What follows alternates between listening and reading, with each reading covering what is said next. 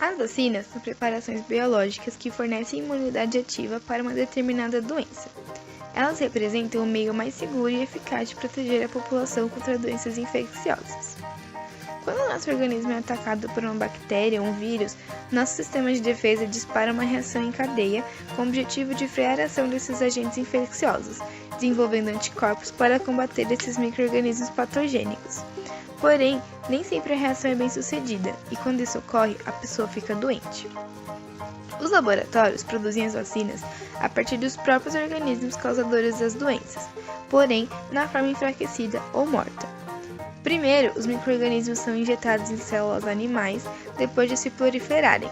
Passam por um processo de enfraquecimento para que não causem mais a doença. Entretanto, continuam estimulando o organismo a desenvolver anticorpos. Quando a vacina é aplicada no ser humano, o corpo começa a se defender daquele micro-organismo. Porém, este micro-organismo enfraquecido não tem força para causar a doença. Assim, a pessoa já produz anticorpos mesmo não tendo a doença. Quando o indivíduo é exposto ao vírus ou à bactéria, ele já possui as defesas para combater os micro-organismos, impedindo que estes causem doenças. Vamos fazer uma breve retrospectiva sobre a história da vacina. No século XVIII, a varíola era uma doença que matava muitas pessoas. Na época, então, o cientista Edward Jenner percebeu que quando se retirava o pus proveniente de pessoas doentes com varíola e aplicava o pus em arranhões de pessoas saudáveis, essas pessoas não adquiriam a varíola ou adquiriam uma forma mais branda da doença.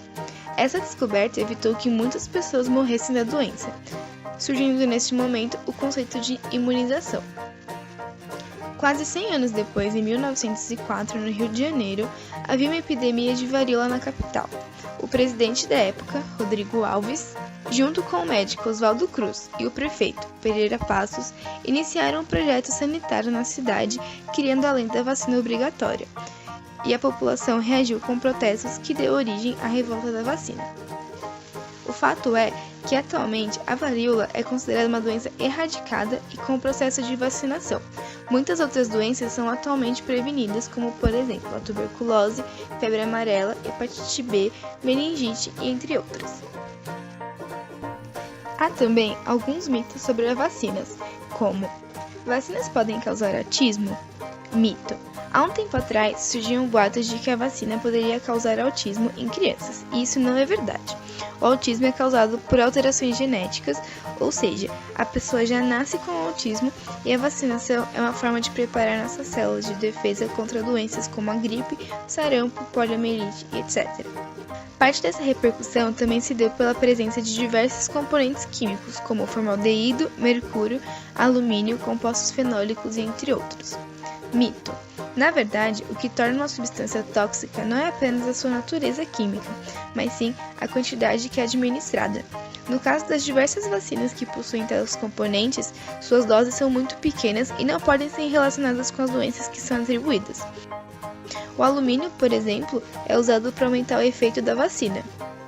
O consumo diário médio de alumínio, que está presente em diversos alimentos e bebidas, é de aproximadamente 30 mg. Já a quantidade presente em algumas vacinas é de menos que 0,15 mg. Inúmeras doenças comuns no Brasil, como a poliomielite, mais conhecida como paralisia infantil, o sarampo, a rubéola, tétano e coqueluche, deixaram de ser um problema de saúde pública por causa da vacinação massiva da população, resultando na diminuição da circulação da doença, como também diminuição do número de pessoas infectadas por elas. A maioria dessas doenças, que podem ser prevenidas por vacinas, são transmitidas pelo contato com objetos contaminados ou quando o doente espirra, tosse ou fala, pois ele expele pequenas gotículas que contêm os agentes infecciosos. Muitas doenças infecciosas estão ficando raras, algumas até foram eliminadas, mas a imunização para todas ainda é necessária, porque, apesar de terem sido erradicadas no Brasil, elas ainda existem em outros lugares no mundo, e com a globalização, as pessoas viajam para os outros continentes em curto tempo e podem trazer de volta o agente infeccioso dessas doenças para o Brasil e transmitir para alguém que não esteja imunizado. Assim, pessoas não vacinadas podem ser a porta de entrada da volta de doenças eliminadas no Brasil.